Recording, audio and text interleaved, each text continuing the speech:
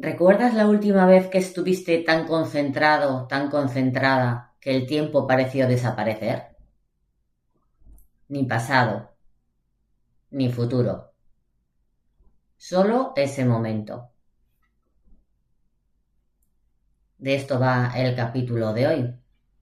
De qué es fluir. Fluir es ese estado en el que estás completamente inmerso en lo que haces.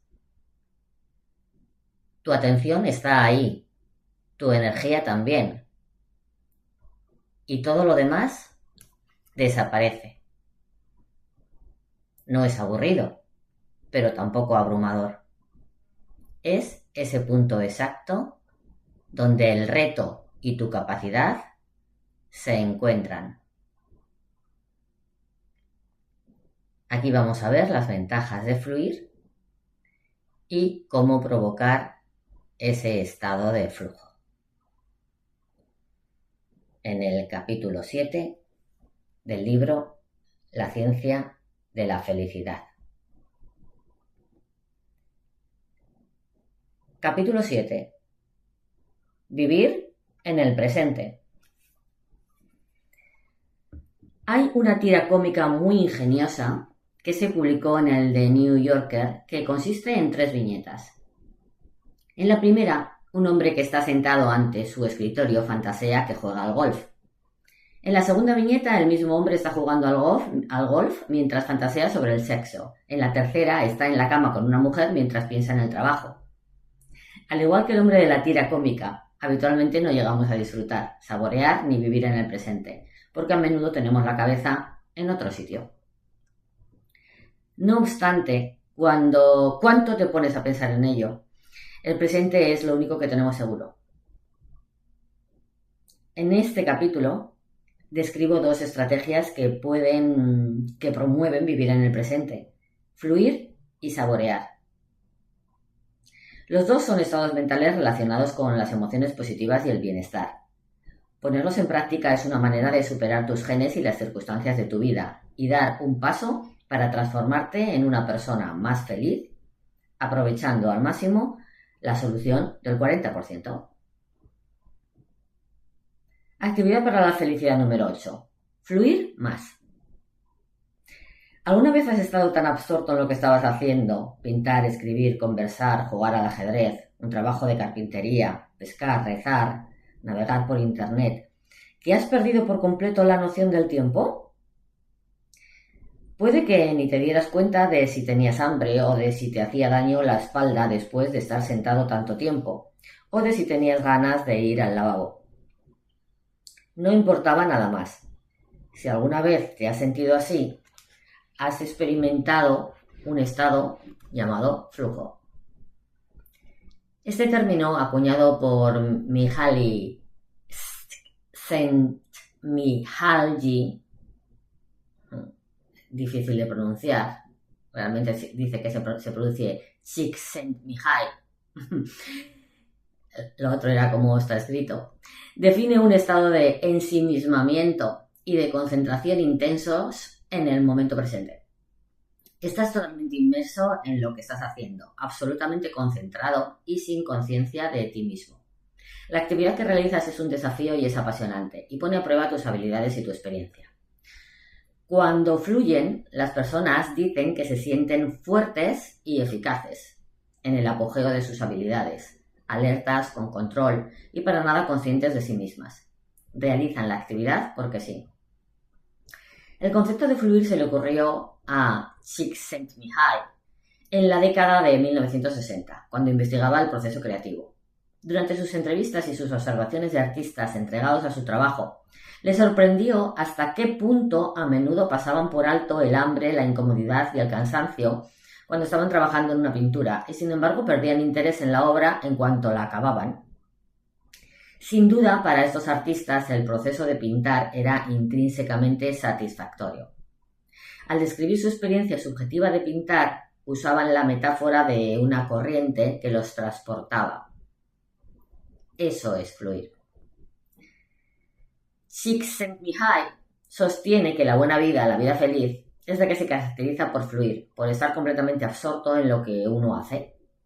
La clave para crear el flujo es establecer un equilibrio entre habilidades y desafíos, tanto si haces escalada en roca como si estás practicando una operación, calculando tus impuestos o conduciendo por la autopista. Si las dificultades de la situación aplastan tu nivel de habilidad o de experiencia, pues te sientes ansioso o frustrado. Por el contrario, si la actividad no supone un reto, te aburres. Fluir es la forma de describir una experiencia que cae en el lugar justo entre el aburrimiento y la ansiedad. Tu felicidad depende de tu capacidad para encontrar el espacio perfecto, para fluir con lo que hagas. En realidad, podemos fluir en casi todo lo que hacemos, por monótono o aburrido que parezca. Esperar el autobús, cambiar un pañal, trabajar en una línea de montaje, escuchar una conferencia, hasta esperar para recoger el equipaje en el aeropuerto. A menudo fluyo mientras analizo datos. A veces pasan 5 horas y me da la impresión de que son 5 minutos. Por el contrario, algunos de nosotros no fluimos, sino que estamos aburridos y angustiados. Ni siquiera en momentos que podrían parecer emocionantes o fascinantes, como una excursión en barco, una película de acción o un espectáculo de danza. Si nos entrenamos para fluir en la mayor cantidad de circunstancias posibles, nuestra vida será más feliz. Las ventajas de fluir. ¿Por qué es bueno fluir? El primer motivo es evidente, porque de por sí es agradable y satisfactorio, y el placer que brinda suele ser duradero y fortalecedor. Fluir brinda un colocón natural que, a diferencia de los artificiales o de los placeres meramente hedonistas, constituye una experiencia positiva, productiva y controlable que no provoca culpa, vergüenza ni ningún otro perjuicio a uno mismo ni a la sociedad en general. En segundo lugar, porque los estados de flujo son gratificantes por sí mismos y uno naturalmente quiere repetirlos. Sin embargo, allí reside una paradoja aparente. A medida que uno adquiere nuevas habilidades, por ejemplo, esquiar, escribir, pronunciar discursos, cuidar de plantas, etc., fluimos menos, porque la tarea que tenemos entre manos deja de ser igual de estimulante y de exigir la misma atención. Por consiguiente, para seguir fluyendo tenemos que estar poniéndonos constantemente a prueba con actividades cada vez más difíciles. Tenemos que aplicar la concentración mental o un esfuerzo físico agotador. Tenemos que poner a prueba nuestras habilidades o encontrar nuevas oportunidades de aplicarlas. Esto es maravilloso, porque quiere decir que estamos constantemente esforzándonos, creciendo, aprendiendo y volviéndonos más competentes, expertos y complejos. Un estudio se dio a adolescentes talentosos durante un periodo de 4 años. Aquellos que a los 13 años ya se habían dado cuenta de que el ámbito de su talento, ya fuera la música, las matemáticas o el fútbol, los hacía fluir, y fluían relativamente más y sentían menos angustia durante las actividades escolares.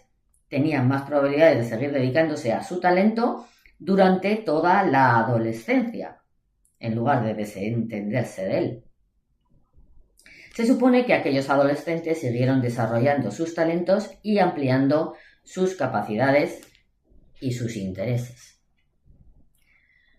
Una de las cuestiones fundamentales que se plantean a lo largo de todo este libro es que no podemos dejar que nuestra felicidad dependa de nuestras circunstancias externas, porque cada acontecimiento positivo y cada logro que experimentamos va acompañado de una adaptación rápida y un aumento de nuestras expectativas. Aunque lleguemos cada vez más alto, empezamos a querer más y más. Esta es la solución que propone Csikszentmihalyi a este dilema. Nuestro deseo de que nuestros objetivos aumenten no tiene nada de malo, mientras disfrutemos de la lucha a lo largo del camino. No obstante, cuando nos preocupa el objetivo, el título universitario obtenido, los niños que han crecido, la cocina que hay que remodelar, pues dejamos de obtener placer y satisfacción del proceso de alcanzarlo, es decir, del presente. Fluir hace que nos enfrasquemos en la vida, en lugar de dejarnos alienar por ella, que disfrutemos con las actividades, en lugar de encontrarlas aburridas, que tengamos la sensación de control, en lugar de sentirnos impotentes, y nos hace sentir con un yo fuerte, en lugar de sentirnos indignos. Todos estos factores llenan la vida de significado y le aportan riqueza e intensidad y también felicidad. ¿Cómo aumentar las experiencias de flujo? Descubrí el concepto de flujo en 1990, en el segundo año de mi posgrado. Recuerdo que estaba leyendo la obra clásica de Csikszentmihalyi y mi compañera de habitación y mejor amiga, que estaba haciendo un máster en Relaciones Internacionales, me preguntó un día qué me había impulsado a leer un libro entero sobre el flujo menstrual. De más está decir que Fluir, una psicología de la felicidad de Csikszentmihalyi, me abrió un mundo de un tipo muy diferente de flujo, un mundo de miles de posibilidades y oportunidades. Fluir comprende la capacidad de expandir tu mente y tu cuerpo hasta sus límites, de esforzarte para conseguir algo difícil, nuevo o que valga la pena, y de descubrir las recompensas que te ofrece el proceso a cada momento y, de hecho, la vida misma. Elige por lo menos una de las recomendaciones siguientes y adóptala en tu vida cotidiana. Vamos con las diferentes recomendaciones. Controlar la atención. Para incrementar la frecuencia y la duración de las experiencias de flujo en tu vida cotidiana, tienes que enfrascarte totalmente en algo. Ya se trate de escribir una carta, hacer llamadas telefónicas en nombre de un cliente o jugar la OCA o al golf. Busca actividades laborales, domésticas o de ocio a las que tengas que dedicar tus habilidades y tu experiencia. ¿Cómo se consigue esto exactamente? El secreto está en la atención. William James, el padre de la psicología y hermano de Henry James, escribió en una ocasión: "Mi experiencia es aquello en lo que pongo atención". Es un concepto revolucionario. Lo que observas y aquello a lo que prestas atención es tu experiencia, es tu vida. Solo hay una cantidad limitada de atención, de modo que cómo y dónde decides invertirla es decisivo. Para fluir tienes que dirigir toda tu atención a la tarea que tienes entre manos. Cuando estás concentrado intensamente en hacer algo, en esencia diriges tu atención hacia esa tarea, por ejemplo dibujar, en lugar de hacia otras cosas. Por ejemplo, pensamientos del tipo ¿qué hora será? ¿Qué voy a hacer de cenar? Y esto no va tan bien como la última vez.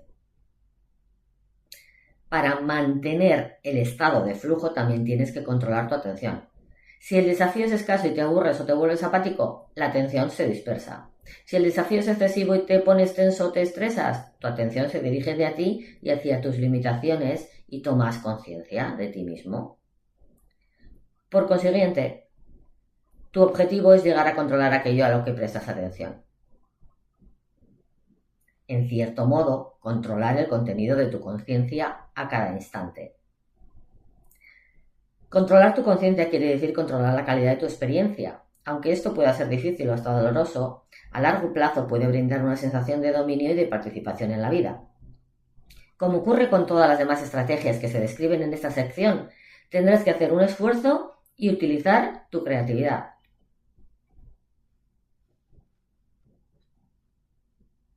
Siguiente recomendación: adoptar valores nuevos. Las personas felices tienen la capacidad de disfrutar de su vida incluso cuando carecen de las condiciones materiales y aunque no hayan alcanzado muchos de sus objetivos. ¿Cómo lo consiguen? Tomando como guía los valores siguientes. 1. Estar abiertos a experiencias nuevas y diferentes.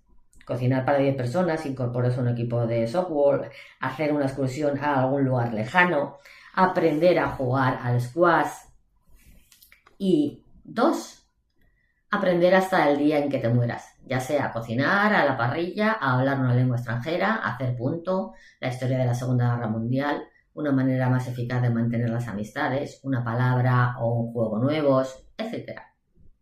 Trata de imitar la concentración embelesada que ves en el rostro de un niño pequeño que aprende cosas nuevas y maravillosas todos los días, como andar, saltar, hacer un rompecabezas, el significado de las palabras, o a comprender por primera vez cómo funcionan las cosas.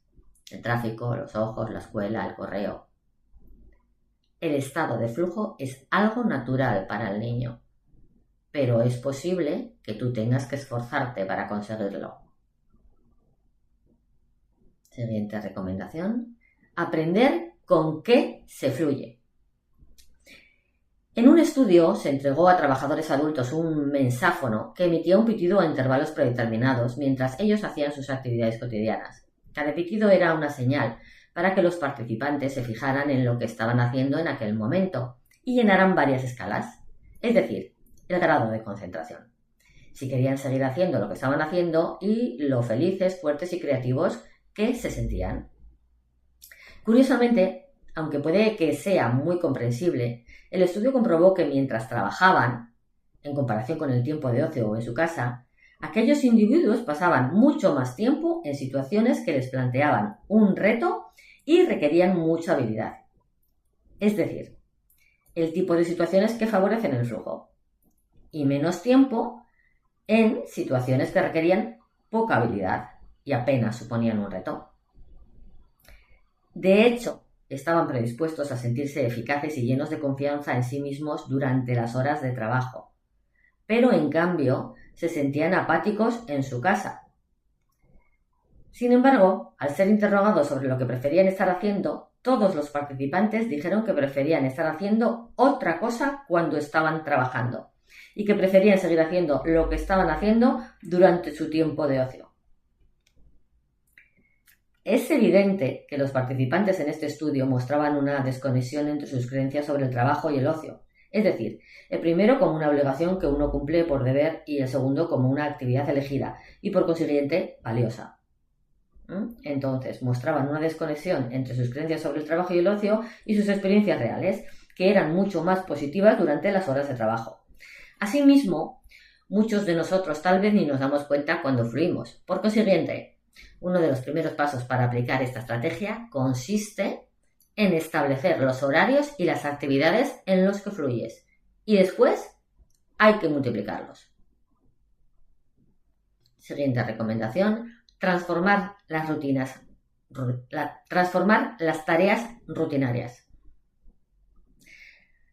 Hasta tareas que pueden parecer aburridas o tediosas, esperar el autobús, escuchar una presentación que no tiene gracia, que te hagan una limpieza bucal o pasar el aspirador, se pueden transformar en algo más significativo y estimulante.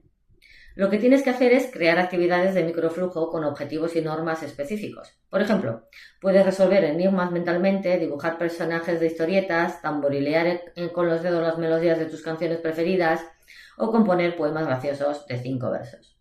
Así pues, cuando estás en la sala de espera del médico, tu objetivo puede ser hacer un dibujo complejo y la norma puede ser que todas las líneas sean simétricas. Un alemán llamado Philipp me contó cuál era su estrategia de microflujo mientras conducía cuando había mucho tráfico. Escucho mucha música cuando conduzco.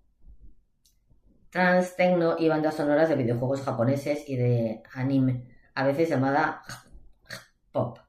La mayoría tiene un bajo de guitarra, una línea melódica e incluso una línea de percusión o de bajo muy buenos y metódicos. Yo elegí un ritmo determinado. Ya fuera el bajo de una canción trance, no sé si alguna vez has oído alguna, pero es el golpe sordo de la canción trance, si alguna vez has oído alguna, o una reiterativa frase musical para el bajo de una canción de rock de anime, y hacía lo posible para tamborilear con el dedo o con el pie, siguiendo el ritmo exacto en sincronía con la frase musical o el ritmo en que me estaba concentrando. Conseguí alternar canciones y a continuación las distintas partes de las mismas canciones para explorarlas realmente y seguirlas. Lo hacía mientras conducía durante periodos largos en la autopista. Cuando hacía trayectos cortos, comprobé que me sentía igual de frustrado, así que hacía lo mismo cada vez que me detenía en un semáforo en rojo o en una señal de stop, o incluso si el carril iba demasiado lento para mi gusto. Era capaz de llevar esta pequeña actividad de mantener el tamborileo perfectamente sincronizado de una canción donde quiera que fuera en el coche, cada vez que me parecía que empezaba a sentir demasiadas emociones negativas.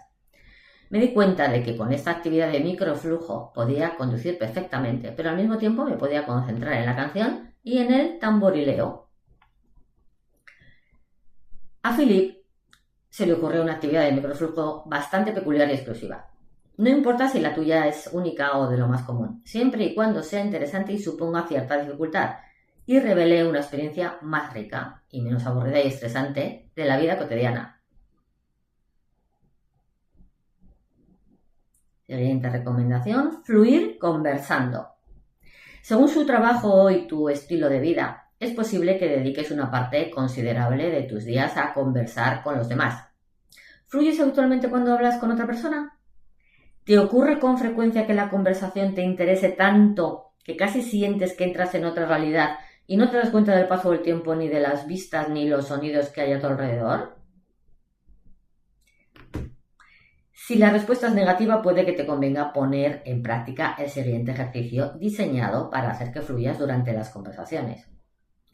La próxima vez que converses con alguien, ya sea por teléfono o cara a cara, concentra tu atención con toda la intensidad posible en lo que esa persona dice y en tus reacciones ante sus palabras. No respondas enseguida, mejor dale tiempo a explayarse y aliéntala con breves preguntas como ¿y entonces qué pasó? ¿Y por qué pensaste eso?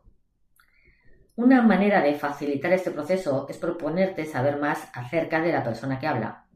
¿Qué le pasa por la cabeza? ¿Qué emociones está experimentando en ese momento? ¿Has aprendido algo sobre ella que no sabías? Si te gusta más hablar que escuchar, es posible que este ejercicio te resulte difícil e incómodo al principio. Puede que inhiba el flujo al hacerte consciente de ti mismo, pero la estrategia tendría que resultarte cada vez más fácil a medida que pase el tiempo. Ocio inteligente. Muchos de nosotros tenemos la impresión de que nuestro tiempo libre o de ocio es precioso. Como tenemos poco, lo reservamos para algo realmente especial, algo que nos cause alegría. ¿Es realmente así? Piensa en las horas del día durante las cuales no tienes ninguna obligación y tienes libertad para elegir lo que haces. ¿Miras la televisión? ¿Lees una revista de entretenimiento? ¿Conversas por tu teléfono móvil? ¿Envías mensajes de texto? ¿En qué porcentaje de tus actividades de ocio te concentras de verdad? ¿Usas la cabeza o pones en práctica tus habilidades? Si el porcentaje es bajo, esto significa que no es probable que estés fluyendo durante la mayor parte de tu tiempo libre. Claro que después de un día largo y estresante, hacer el vago delante del telediario vespertino, las reposiciones de tu serie favorita o un programa deportivo en la televisión por cable puede ser tu idea del paraíso. Estoy de acuerdo en que ese tiempo de descompresión es muy necesario, pero has de ser sincero contigo mismo con respecto al tiempo que realmente necesitas para descomprimirte. Diría que 45 minutos son suficientes. A partir de entonces ya no vagueas, sino que vegetas. Y es posible que te levantes del sofá varias horas después para irte a la cama, preguntándote a dónde ha ido a parar la tarde y por qué estás tan anquilosado. Trabajo inteligente. Estamos jugando a que trabajamos, me anunció una noche, justo antes de cenar, mi hija, que en aquella época iba al parvulario. Ella y su hermano de 3 años estaban de lo más atareados. Él estaba sentado delante de su ordenador portátil de juguete, tengo que mirar los mensajes de correo electrónico, anunció, y ella escribía y hablaba con seriedad por teléfono. Lo vuelvo a llamar enseguida. El trabajo puede ser muy satisfactorio, gratificante y placentero, si tienes suerte y puedes hacer que así sea. Según un estudio fascinante sobre trabajadores, las personas ven su trabajo de una de las 3 maneras siguientes: como un empleo, como una carrera o como una vocación. Los que ponen su trabajo en la categoría de empleo lo perciben fundamentalmente como un mal necesario, un medio para lograr un fin. El trabajo les hace falta para mantenerse y no es algo positivo ni gratificante. Por consiguiente, trabajan para conseguir el dinero necesario para disfrutar del tiempo que pasan fuera del trabajo. En cambio, la categoría de carrera es un empleo con promoción. Las personas que dicen que tienen una carrera tal vez no vean su trabajo como una parte positiva e importante de su vida, pero tienen oportunidades o ambiciones de promoción. Invierten más tiempo y más energía en su trabajo, ya que las oportunidades que crean para sí mismas pueden brindarles la recompensa de un aumento de su posición social, su poder y su autoestima. Por último, los que consideran su trabajo como una vocación dicen que disfrutan trabajando y que lo que hacen les resulta satisfactorio y socialmente útil. no trabajan por la compensación económica ni por la promoción, sino porque quieren. Es inseparable del resto de su vida.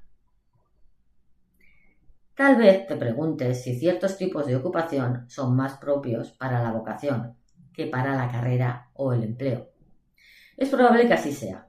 Es relativamente más probable que los artistas, los profesores, los científicos y los neurocirujanos disfruten con su trabajo y crean que hace que el mundo sea mejor.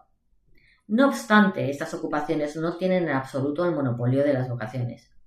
De hecho, los investigadores han comprobado que las personas son sumamente hábiles para adaptar su empleo a fin de convertirlo en algo que les proporcione el máximo de compromiso y sentido.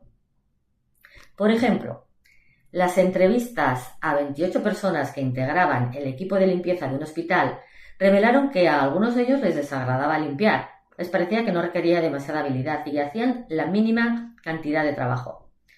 Otros, en cambio, transformaban el trabajo en algo más elevado y más significativo. Para este segundo grupo de limpiadores, su trabajo mejoraba la vida cotidiana de los pacientes, los visitantes y las enfermeras. Participaban en muchas más interacciones sociales. Por ejemplo, indicaban el camino a un visitante, alegraban el día a un paciente, decían que les gustaba limpiar y consideraban su trabajo muy cualificado. No es de extrañar que estos limpiadores fluyeran en su trabajo. Se planteaban desafíos a sí mismos. Por ejemplo, cómo hacer el trabajo con la máxima eficacia o cómo contribuir a que los pacientes sanaran más a prisa, haciéndolos sentir más cómodos. Incorporaban otras tareas a sus obligaciones formales, como cambiar de lugar las pinturas de las paredes o llevar flores silvestres. Se veían a sí mismos como parte de un conjunto equilibrado más grande. No todo era pasar la mopa y vaciar las papeleras, que era parte de un sistema que mejora la vida de los seres humanos. Se ha observado que los que se dedican a otras ocupaciones, desde peluqueros, ingenieros, hasta técnicos informáticos y personal de cocina, también se plantean su trabajo de una forma que les permite maximizar el flujo y el sentido. Vale la pena pensar de qué manera a tu propio trabajo le vendría bien una perspectiva diferente. Esforzarse por alcanzar el superflujo. A veces puedes fluir sintiéndote inmerso en la música o que formas parte de la naturaleza o perdiendo la noción del tiempo durante una conversación telefónica. Otras veces puedes sentir algo todavía más magnífico. Voy a proponerte un estado similar al que llamaré superflujo, que es no solo cuando estás totalmente absorto y ya no piensas en ti mismo, sino cuando trasciendes del todo.